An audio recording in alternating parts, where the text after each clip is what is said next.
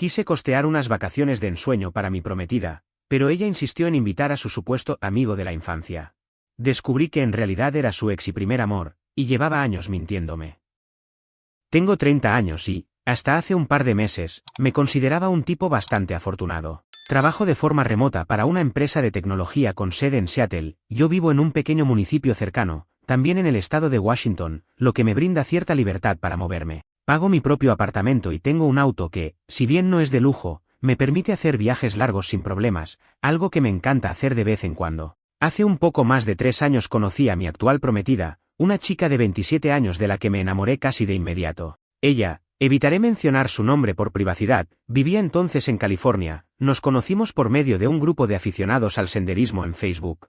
El plan era organizar una excursión al Parque Nacional de Yosemite, y de alguna manera, terminamos intercambiando mensajes privados sobre cuáles eran los mejores senderos para principiantes. Se dio algo tan natural que de pronto hablábamos de nuestros hobbies, nuestros sueños y de lo que anhelábamos para el futuro. Ahí empezó un romance a distancia que se volvió cada vez más serio. Después de un tiempo de mensajes, videollamadas y audios infinitos por WhatsApp, decidimos vernos en persona. Tenía miedo de que esa química virtual no se tradujera en la vida real, pero, para mi sorpresa, encajamos bastante bien. Ella era dulce, con una forma de reír que me desarmaba por completo. Me contó que su familia era muy pequeña y que, además, no estaba muy unida. Sus padres tenían problemas desde hacía años, pero tampoco quiso dar muchos detalles. En ese entonces, no me pareció algo muy relevante. Asumí que, si no quería profundizar, era su derecho. Comenzamos a salir formalmente, viajando cada 2 semanas para vernos. A veces yo volaba hasta San Francisco, luego conducía hasta su ciudad, y otras veces ella hacía el viaje hasta Seattle. En aquellos meses, todo parecía sacado de un cuento. Tanto fue así que, cuando a mí me ofrecieron la posibilidad de mudarme de manera híbrida, mitad teletrabajo y mitad presencial, comencé a pensar que quizás sería lindo establecerme más cerca de ella. Pero un día me propuso que, mejor, ella se mudara a mi apartamento de Washington. Me dijo que podría encontrar un trabajo allá, y que no le gustaba mucho su empleo en California. Me hizo ilusión que deseara convivir conmigo, así que acepté. El proceso de la mudanza no fue fácil. Tuvo que renunciar a su puesto y dejar atrás los pocos vínculos personales que tenía. Sin embargo, no mostró titubeos. Al principio, yo me preguntaba si no se arrepentiría. Fue un periodo de adaptación, pero la verdad es que se notaba feliz. Se apuntó a varios grupos de senderismo locales y, aunque mi trabajo me consume bastante, cada que podía la acompañaba. Sinceramente, me sentía dichoso de poder llegar a casa y encontrarla cocinando, cantando o con ganas de charlar sobre cualquier trivialidad. Las primeras señales de algo raro aparecieron cuando me contó que quería invitar a un amigo de la infancia, para un fin de semana en casa. Me dijo que él se encontraba de paso por Washington y que ansiaba presentármelo. Noté cierta insistencia que me pareció curiosa, pero no di mayor importancia. Al llegar el fin de semana, el tal amigo nunca apareció. Ella me dijo que había tenido un contratiempo de último minuto. No quise hurgar más y lo dejé pasar. Pasó el tiempo y, tras un año de convivencia, decidí proponerle matrimonio. Se supone que uno espera el momento ideal para hacerlo, pero la verdad fue espontáneo. Planeábamos una ruta de senderismo por la costa de Oregón y sentí que ese atardecer junto al mar debía ser el escenario para pedirle que se quedara conmigo para siempre. Aceptó con una sonrisa llena de lágrimas y terminamos abrazados bajo el cielo dorado. Fue un instante mágico que no voy a olvidar en mi vida. Tras el compromiso, nuestros planes empezaron a girar en torno a la boda. Ella me dijo que no le interesaba hacer una celebración enorme, sobre todo porque su familia no se involucraría mucho. Y para mí, era comprensible, mis propios padres y mis hermanos viven a bastantes horas de distancia, pero están dispuestos a viajar. Planeábamos algo sencillo en la playa, o quizá en un jardín cercano a Seattle. Sin embargo, un par de meses después de comprometernos, me salió la idea de las vacaciones de ensueño. Siempre había querido viajar por la costa este de Estados Unidos, recorrer algunos estados como Florida o Georgia, e incluso pasar unos días en Nueva York. Ella coincidió. Entonces decidí destinar parte de mis ahorros para armar un viaje completo, avión, hospedaje y visitar lugares emblemáticos. Esperaba que fuera una especie de previa especial a la boda, como una luna de miel adelantada para reconectar con calma y relajarnos. Las cosas comenzaron a torcerse cuando ella insistió en que debíamos incluir a su amigo de la infancia en el plan. Mi reacción inicial fue de desconcierto. Si era nuestro viaje romántico, ¿qué pintaba este tercero? Ella argumentó que era como un hermano para ella, que llevaban años sin verse y que, por casualidad, él estaba disponible para viajar en esas mismas fechas. Juro que quise ser comprensivo, no deseaba negarle la oportunidad de reencontrarse con alguien importante de su pasado. Sin embargo, me siguió pareciendo un tanto descabellado compartir lo que pretendía ser nuestro tiempo íntimo con una persona que yo ni siquiera conocía. La duda se hizo más grande cuando, al pedirle detalles, cómo se conocieron, por qué él podía viajar tan repentinamente, etc., ella respondía con vaguedades. Incluso me confesó que nunca me habló mucho de él porque la relación era complicada de explicar y que prefería que lo conociera en persona. Me insistió en que solo era un hermano de corazón y que no tenía nada que esconder. Eso último me sonó como un demasiado énfasis en que no tenía secretos. No sé ustedes, pero yo empecé a sentir cierto malestar. De todos modos, con mi afán de verla feliz, me mostré flexible y le dije que al menos necesitaba conversar con este sujeto por videollamada para saber quién era realmente. Ella reaccionó a mi propuesta con un leve nerviosismo. Dijo que no estaba segura de si él se sentiría cómodo hablando conmigo de repente. Me pareció extraño, la verdad.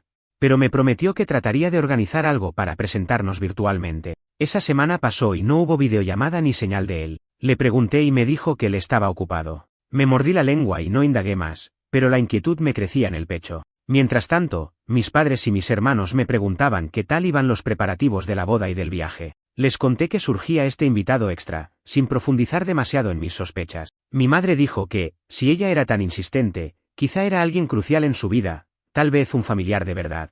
Mi hermano bromeó con que tuviera cuidado, no fuera a resultar un triángulo amoroso. Jamás pensé que sus chistes tuvieran ni pizca de realidad. Y así, mi mente empezó a liar cabos sueltos, desde aquel fin de semana en el que el supuesto amigo no llegó, pasando por la forma en que evitaba hablar de él, hasta la extraña petición de sumarlo a nuestras vacaciones. ¿Por qué tanto misterio? ¿Por qué no me proporcionaba una historia coherente? Comencé a preguntarme si, en lugar de un simple amigo, este tipo no sería alguien más importante para ella. Me negaba a creer en esa posibilidad. Hasta ese momento, yo confiaba ciegamente en mi prometida. Sin embargo, había una mínima parte de mí que no podía ignorar las contradicciones. Decidí, de manera cautelosa, buscar más información, al menos para quedarme tranquilo. Pero lo que descubriría después me abriría los ojos de tal manera que todavía me cuesta asimilarlo. Había pasado ya una semana desde la última conversación seria que tuvimos sobre el amigo de la infancia y, para mi sorpresa, mi prometida no volvió a sacar el tema de inmediato. Me inquietó su repentino silencio al respecto, pero supuse que tal vez se había dado cuenta de lo incómodo que me resultaba. Por un lado, agradecía esa pausa, necesitaba tiempo para procesar mis impresiones y ordenarlas. Por otro lado, la curiosidad seguía punzando. ¿Por qué habría tanto hermetismo en torno a alguien a quien se supone ella apreciaba tanto? Una mañana, mientras ella se duchaba, su teléfono empezó a sonar. El nombre en la pantalla era precisamente el de este amigo. Por lo general, no soy de husmear en dispositivos ajenos, pero algo me hizo querer ver qué tan urgente era. El teléfono vibró una, dos, tres veces más, acompañado de mensajes emergentes que no alcancé a leer completos. Sentí un nudo en el estómago y dejé el celular donde estaba. Acto seguido, me alejé para disimular.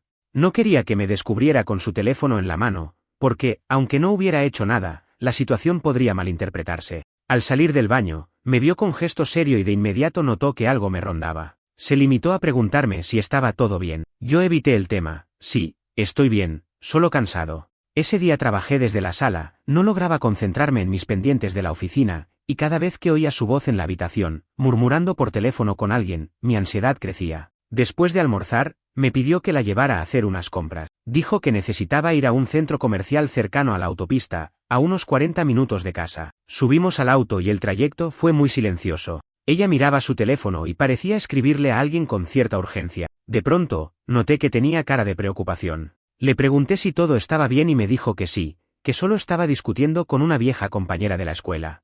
Me parecía una excusa vaga, pero no quise presionar. Estando en el centro comercial, se separó de mí para buscar unas cosas. Yo aproveché para mirar zapatos deportivos. Al salir de la tienda, la vi en un pasillo hablando por teléfono bastante alterada. No alcancé a escuchar la conversación completa, pero su lenguaje corporal me transmitió enojo y, al mismo tiempo, nerviosismo. Fingí que no la había visto, preferí ir a sentarme a una banca. A los pocos minutos, se acercó e intentó sonreírme, diciendo que estaba lista para irnos. Cuando le pregunté si le pasaba algo, respondió cortante que todo estaba bien. Esa misma tarde, por pura coincidencia, recibí la llamada de un viejo amigo con el que llevaba meses sin hablar. Él vive en las afueras de Portland, al sur de mi estado. Se puso al día conmigo, y entre bromas, me soltó que había visto a mi prometida en fotos de un grupo de montañismo en línea. Oye, tu chica sale siempre con un tipo muy pegado a ella en las fotos, ¿es su primo o algo? Me dio un vuelco el corazón. ¿Habría encontrado por fin un indicio de quién era este supuesto amigo? Intenté sonsacarle detalles. Mi amigo me contó que, en esas fotos, aparecían de ruta en ruta, a veces en áreas boscosas cercanas a Oregón, otras en parques nacionales más alejados. Dijo que parecían muy unidos, siempre caminando uno al lado del otro. Lo que más me intrigó fue que las imágenes databan de apenas hace unos meses, cuando supuestamente mi prometida no había visto a este amigo en mucho tiempo. Aquella noche, cenamos en un silencio casi sepulcral. Yo daba vueltas al plato, sin saber cómo abordar la conversación. Finalmente, me armé de valor y mencioné lo que mi amigo me había dicho. Su rostro se ensombreció, y, con cierto temblor en la voz, me aseguró que esas fotos eran antiguas y que las habían vuelto a publicar en algún grupo. ¿Cómo va a ser un viaje reciente si vivo contigo, o me has visto desaparecer varios fines de semana para irme con alguien? La lógica de su pregunta me golpeó. En efecto, ella solía estar casi siempre en casa. Pero me inquietaba la posibilidad de que hubiera escapadas de las que yo simplemente no estaba enterado. No me quedó más remedio que soltar lo que llevaba tiempo dando vueltas en mi mente. ¿Tú estás segura de que él es solo un amigo, un hermano de corazón? Pregunté con cuidado, esperando que me respondiera con total transparencia. Su reacción fue evasiva. Me miró fijamente, suspiró y terminó diciendo, no sabes cuán importante es él para mí. Pero no es lo que piensas. Fue la primera vez que noté su voz quebrarse un poco. No quiso añadir más y se fue al dormitorio con pretexto de que se sentía mal. Decidí no seguirla, tal vez necesitábamos un tiempo a solas para procesar. A la mañana siguiente, revisé mis mensajes y encontré uno de mi madre, quien me preguntaba cómo iban los planes del viaje y si finalmente habíamos resuelto el tema de si ese tercero vendría o no. Le conté que todavía no tomábamos una decisión en firme, pero en el fondo yo estaba considerando seriamente la posibilidad de cancelar todo. ¿Qué sentido tendría un viaje romántico a la costa este con la incomodidad de un extraño que, para colmo, producía tantas interrogantes? Estaba cansado de sentirme a oscuras en mi propia relación. Esa misma tarde, mi prometida me dijo que quería conversar. Se sentó a mi lado en el sofá con un gesto apenado y confesó que le incomodaba mi creciente desconfianza. Le expliqué que no era desconfianza sin motivo, sino que ella me daba respuestas opacas. Por primera vez en semanas, hablamos con franqueza. Me prometió que, antes del viaje, me lo aclararía todo y que necesitaba que confiara en ella. Sus palabras me conmovieron un poco. Le dije que la quería y que estaba dispuesto a hacer un esfuerzo, pero que debía dejarme entrar en ese secreto con su amigo, fuera lo que fuese. Ella se limitó a asentir sin dar más explicaciones. Acepté ceder temporalmente, confiaba en que pronto resolveríamos ese conflicto. Incluso me animó que, tras esa charla, ella empezó a mostrar más muestras de cariño, a organizar detalles de la boda y a retomar la idea del itinerario de vacaciones. Me hacía sentir que, tal vez, había estado exagerando. Sin embargo, mis sospechas reavivaron 2 semanas después, cuando ella alegó que tenía que hacer un viaje de fin de semana urgente a la ciudad de Spokane, en la zona este del estado de Washington. Me sorprendí porque jamás la había escuchado mencionar amistades o eventos en Spokane. Me contó que era para acompañar a una amiga que atravesaba un duelo familiar y, cuando le pregunté si podía ir con ella para apoyarla, respondió que prefería resolverlo sola. Ya era demasiada coincidencia. Tuve la corazonada de que ese amigo de la infancia estaba detrás de todo esto. Pero esta vez, en lugar de cuestionarla más, decidí dejarla ir. No quería generar una discusión innecesaria, así que le di mi voto de confianza. En ese punto, me debatía entre ser un prometido receloso o ser la pareja comprensiva que siempre intenté ser. Se marchó aquel sábado y prometió regresar la noche del domingo. Sin embargo, el domingo al mediodía me llegó un mensaje escueto diciendo que tardaría un día más. Algo en mi interior gritaba que esto estaba muy mal. Para colmo, cuando la llamé y notó mi tono serio, se apresuró a despedirse alegando que no podía hablar. Fueron horas interminables de incertidumbre, de darle vueltas a la cabeza e imaginar escenarios. ¿Será que estaba realmente con esa amiga?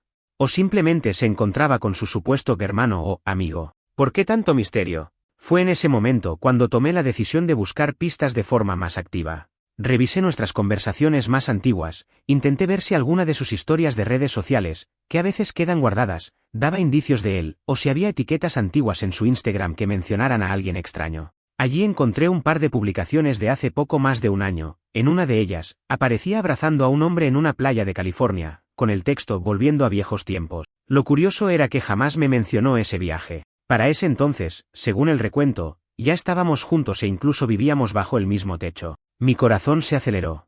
No reconocía de cara a la persona de la foto, y tampoco había etiquetas con su cuenta personal, solo su usuario emborronado. Sin embargo, aquel chico tenía un tatuaje llamativo en el brazo izquierdo, un águila con las alas extendidas. Eso se quedó grabado en mi mente. Intuí que se trataba del mismo amigo que hacía tambalear mi relación. El lunes a mediodía, mi prometida al fin regresó. Me saludó con frialdad y se fue directo a la habitación. La seguí, le pedí que habláramos. Estaba serio, pero no quería iniciar una pelea. Aún así, ella se mostró esquiva, como si de repente no quisiera ni verme. Me contó que su amiga aún estaba mal y que por eso se había demorado. Le pregunté si el amigo de la infancia se encontraba en Spokane, a lo que me respondió con un rotundo no.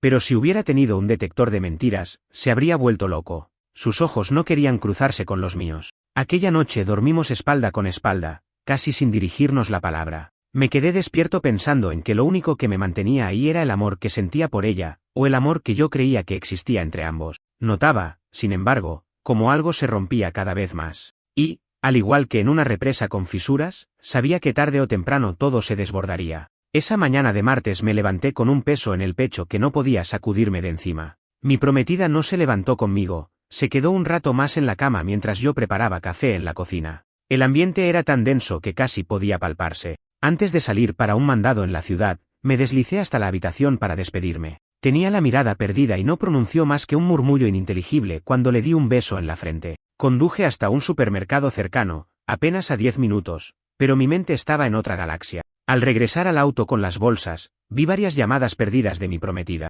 La última incluía un mensaje corto: tenemos que hablar ahora. Sentí un retorcijón de pánico mezclado con alivio, como si fuera un por fin. Así que llamé de regreso. Ella me dijo con voz temblorosa que deseaba verme cuanto antes en la cafetería que está a la salida de la autopista, la que solíamos visitar los fines de semana cuando queríamos desayunar algo distinto. ¿Estás bien?, le pregunté, preocupado. Ven, necesito aclarar algo, respondió con un susurro antes de colgar.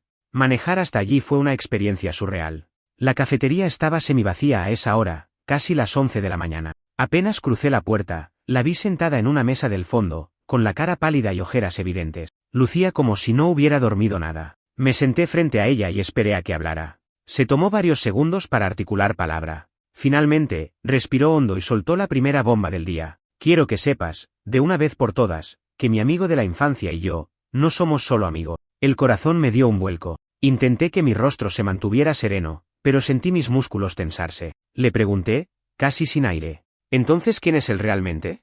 Su respuesta fue como una daga. Él fue mi primer amor. Tuvimos una relación cuando aún vivía en California, antes de conocerte, pero lo nuestro acabó muy mal. Intenté permanecer con la compostura mientras ella continuaba. Explicó que se conocían desde adolescentes, que siempre se habían sentido muy unidos, y que en un momento dado lo suyo se transformó en una relación más seria. Aseguró que habían terminado por incompatibilidades, pero que, pese a ello, siguieron manteniendo un lazo difícil de romper.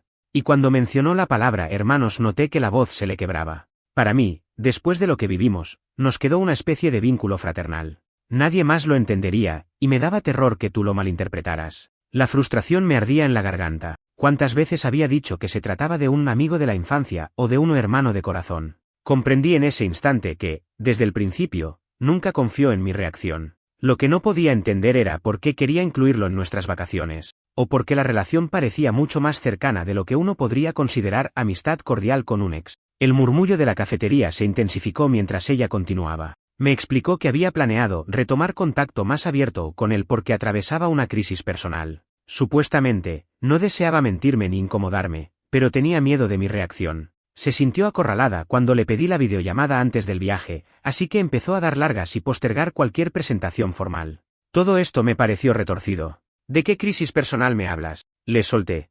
Ella se revolvió las manos sobre la mesa, sin mirarme a los ojos. No puedo, bueno, no me corresponde contar sus asuntos. Solo sé que está pasando por un mal momento y pensé que, si te mostraba la situación de golpe, huirías o lo rechazarías. Me eché hacia atrás en la silla. Una parte de mí quería gritarle que yo no era un monstruo, que si estaba en una situación realmente seria podría tratarse con franqueza. Otra parte estaba herida, ¿no era yo su pareja, la persona con la que pensaba casarse?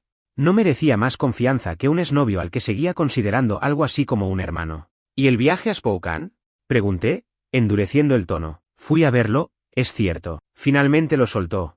Me dijo que no aguantaba más, que de verdad necesitaba un escape. Yo no supe decir que no. Me llevé las manos a la cara. Quise contener la furia, la tristeza y la humillación que me revolvían el estómago. Ella hablaba como si todo fuera muy inocente, como si hubiese acudido en rescate de un pobre hombre en desgracia. Pero yo solo podía pensar en todas las mentiras acumuladas. Por fin, el camarero interrumpió, preguntando si deseábamos algo. Ella se limitó a pedir un café negro, yo rehusé, sin querer siquiera tomar agua. ¿Y por qué insistes en llevarlo a nuestras vacaciones, en lo que se suponía era nuestra luna de miel anticipada? Inquirí, luchando contra las ganas de alzar la voz. Ella empezó a justificarse, creí que podría ser un chance para que, con un ambiente relajado, él y yo nos despidiéramos de una vez por todas, o algo así. Afirmó que no planeaba revivir el romance, sino darle un final apropiado a su historia con él, un adiós definitivo. Casi me reí con amargura. Se supone que tenía que yo costear el viaje a la costa este para que ella resolviera un fleco suelto sentimental con su ex. En ese punto, me quedé en silencio, bloqueado. Sentía como si todo el plan de boda, el amor que le tenía, se tambaleara ante la evidencia de su falta de honestidad.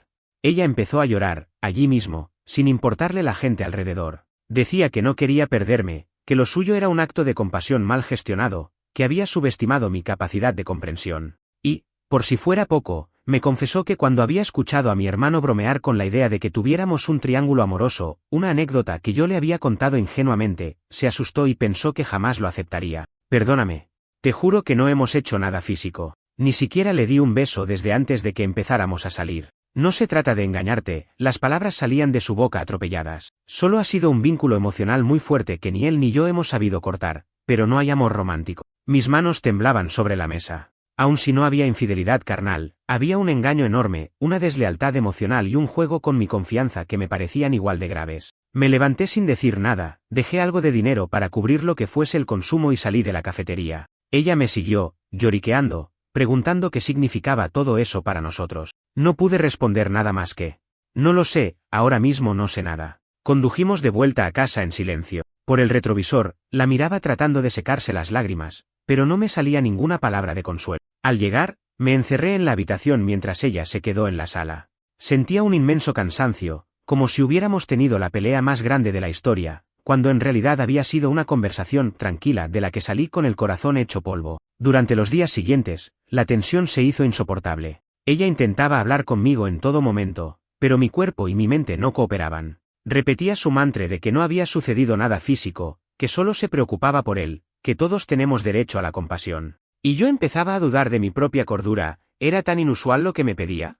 ¿Era yo un egoísta que no dejaba a su pareja ayudar a un ex? Sin embargo, cada fibra de mi ser sentía que me habían traicionado, que se había reído de mi confianza y de mi voluntad de construir una vida con ella. Lo que vendría después sería todavía más revelador. Empezaría a salir a la luz la verdadera extensión de su engaño, y las decisiones que tomaría pondrían en jaque no solo la boda, sino toda la idea que tenía de nuestro futuro compartido. Aquellos días siguientes a nuestra charla en la cafetería fueron, sin exagerar, de los más difíciles que he atravesado en mi vida. El ambiente en casa se volvió irrespirable, casi no nos mirábamos a los ojos, cualquier mínimo roce nos ponía a la defensiva y la tensión era tal que parecía que en cualquier instante se desataría una tormenta. Yo sentía una especie de duelo anticipado, como si algo en mi interior supiera que aquello no terminaría bien. Me repetía en voz baja que el problema no era la existencia de un ex en sí, sino la maraña de mentiras que se habían tejido a lo largo de la relación. Por más que ella insistiera en que jamás había existido contacto físico desde que estaba conmigo, y por más que lo que yo hubiera descubierto no fuera una infidelidad clásica, era imposible ignorar la deslealtad emocional.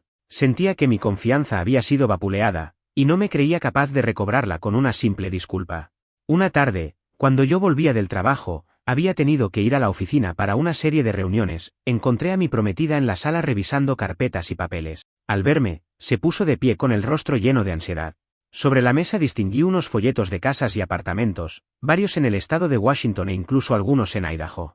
¿Qué haces con todo eso?, pregunté casi sin aliento. Ella me explicó que llevaba días pensando en buscar una alternativa de vivienda más grande para empezar de cero tras la boda, como si un nuevo espacio pudiera borrar todo lo que estábamos viviendo. Me habló de un par de ofertas que parecían interesantes, y dijo que podríamos vender mi apartamento o alquilarlo, así tendríamos capital suficiente para el enganche de una casa nueva. Por un instante, la idea me sonó lógica, tener un lugar que representara un nuevo comienzo. Pero no tardé en darme cuenta de que no era más que otro parche para tratar de tapar las grietas que habían surgido por su engaño. Le comenté, con calma, que quizás necesitábamos primero resolver nuestros problemas de confianza antes de involucrarnos en la compra de una propiedad. Me escuchó en silencio y asintió. Luego soltó algo que me tomó totalmente desprevenido. Sé que es precipitado, pero me gustaría que mi ex, ella usó la palabra ex por primera vez en voz alta, me ayude a gestionar la mudanza. Está muy familiarizado con el mercado inmobiliario, y podría sernos útil. Me quedé helado. Apenas unos días antes se había descubierto la gran mentira, y ahora pretendía que él participara en uno de los pasos más trascendentales de nuestra relación. Apreté la mandíbula, sin saber si reír o gritar. Le contesté, con la voz más firme que pude. No tiene sentido alguno incluirlo. Aún estamos sanando las heridas que dejó tu engaño, y quieres involucrarlo de nuevo en nuestras decisiones. Es absurdo. Ella bajó la mirada y dijo algo sobre querer arreglar las cosas de la manera correcta y que él deseaba disculparse conmigo. Me costaba creerlo. La sola idea de verlo cara a cara me revolvía el estómago. Aún así, como si fuera masoquista, acepté una conversación en persona con él. Pensé que, a lo mejor, un diálogo sincero aclararía el panorama y me daría el cierre que necesitaba para tomar una decisión definitiva. 2 días después, pactamos la reunión en un café del centro de la ciudad.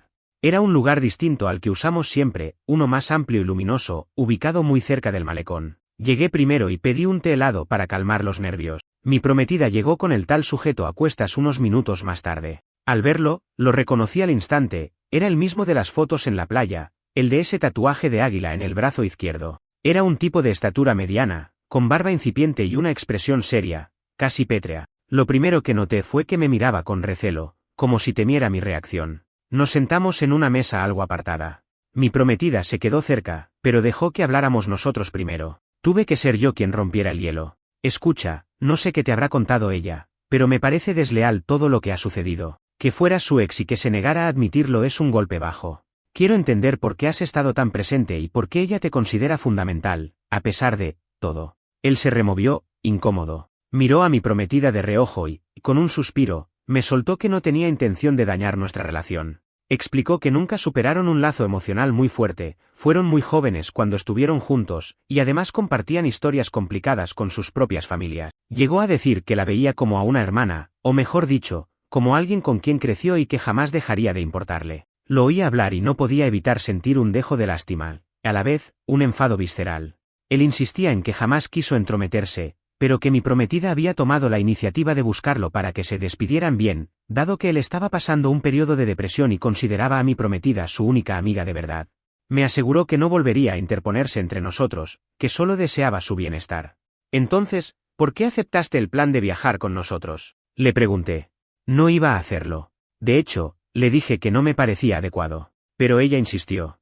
Pensé que así estaría un par de días conmigo, se despediría, y luego ustedes podrían seguir con su luna de miel. Bajó la cabeza. Suena estúpido, pero estaba muy deprimido en ese momento. Lo noté sincero, o al menos eso me pareció. Mientras hablábamos, mi prometida mantenía la mirada en el suelo y apenas abría la boca para asentir o pedir perdón. Fue un momento sumamente incómodo. Después de su explicación, hubo un silencio denso. Se sentía como si las palabras rebotaran en las paredes sin llegar a aliviar nada. Finalmente, dije que necesitaba tiempo para pensar, lejos de ambos. Él se retiró, murmurando disculpas, y nos dejó solos. Mi prometida, con la voz entrecortada, repitió todo su libreto de que no existía nada romántico entre ellos, que no había sido su intención lastimarme. Pero yo me encontraba en un estado casi de parálisis emocional. Lo siento, de verdad. Ella se acercó y quiso tomarme de la mano. ¿Podremos superar esto? Me levanté, incapaz de responderle. Pagué mi cuenta y salí. No tenía ánimo de discutir ni de pactar nada. El atardecer caía sobre el malecón, y en cualquier otra circunstancia lo habría contemplado con serenidad, tal vez de su mano. Pero aquella tarde, me sentía más solo que nunca, flotando en un limbo de dudas. Pasé la noche en un motel cercano. No quise volver a casa. La llamé para decirle que necesitaba aire. Me mandó decenas de mensajes, pero apenas los leí. Al amanecer, decidí algo que, en el fondo, ya llevaba masticando desde hacía días: ponerle fin al compromiso. La suma de mentiras y la manipulación emocional me parecía insalvable. Reconocí que, si me quedaba con ella, viviría sumido en la sospecha, inseguro, dudando de cada nueva palabra, de cada supuesto favor que quisiera hacerle a ese hombre. Por la tarde, me presenté en casa. Ella me esperaba con ojos hinchados de llorar. Le pedí la sortija de compromiso de vuelta. No era un anillo familiar ni nada tan simbólico como una reliquia, pero aún así simbolizaba una promesa que, para mí, se había roto por completo. Se resistió un poco, argumentando que todavía podíamos salvar la relación si íbamos a terapia de pareja, si postergábamos la boda para reconstruir la confianza. Pero no creía posible recomponer aquello. El daño estaba hecho. Recogí algunas de mis cosas esenciales, mientras tanto, ella se negaba a soltar mi brazo, rogándome que no hiciera una locura, y me fui. Decidí ir a quedarme un tiempo con un amigo que vive cerca del centro de la ciudad.